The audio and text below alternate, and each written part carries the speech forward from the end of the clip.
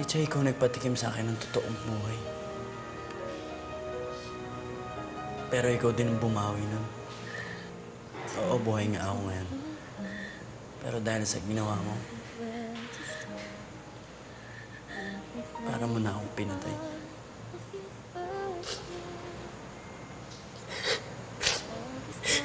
Sorry, Joaquin. Sorry kung naging selfish ako. Sorry, natakot lang naman kasi ako eh. Natakot ako na baka mawala ka sa akin.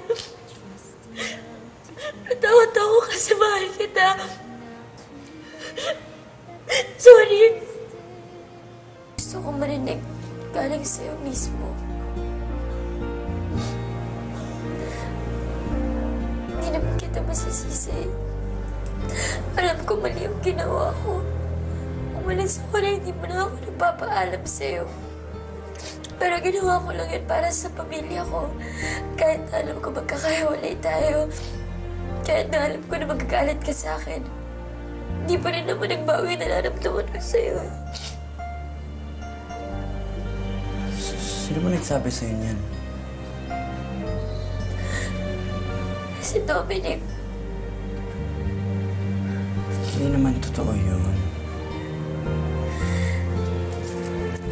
Hindi mo naman kailangan i-deny. Sabihin mo lang kung wala ka talaga nararamdaman sa akin, tatanggapin ko yun.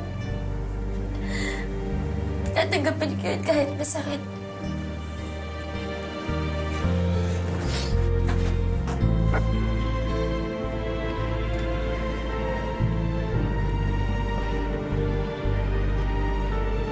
Hindi mawawala itong nararamdaman ko sa'yo, Chichay.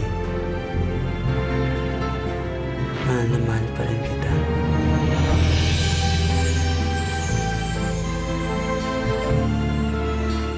Chichay, tignan mo ako. Tumingin ka sa akin, Chichay! Chichay, tumingin ka sa akin!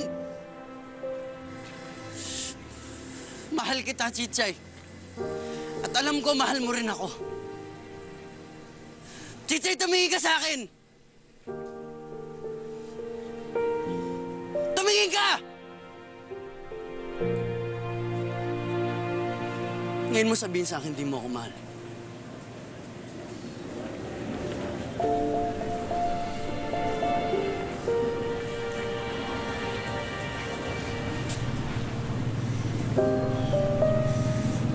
Hindi na kita mahal, Joaquin.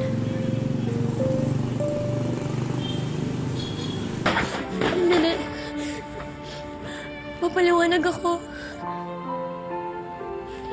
Nagawa ko lang yun kasi nangako ako sa mama mo eh. Pati mama ko, sinisisi mo? She already told me who you are. Kung paano mo ko sinaktan. And I believe her. Kasi hindi tulad mo. My mother loves me nang walang kondisyon. Na hindi naghihintay ng kapalit.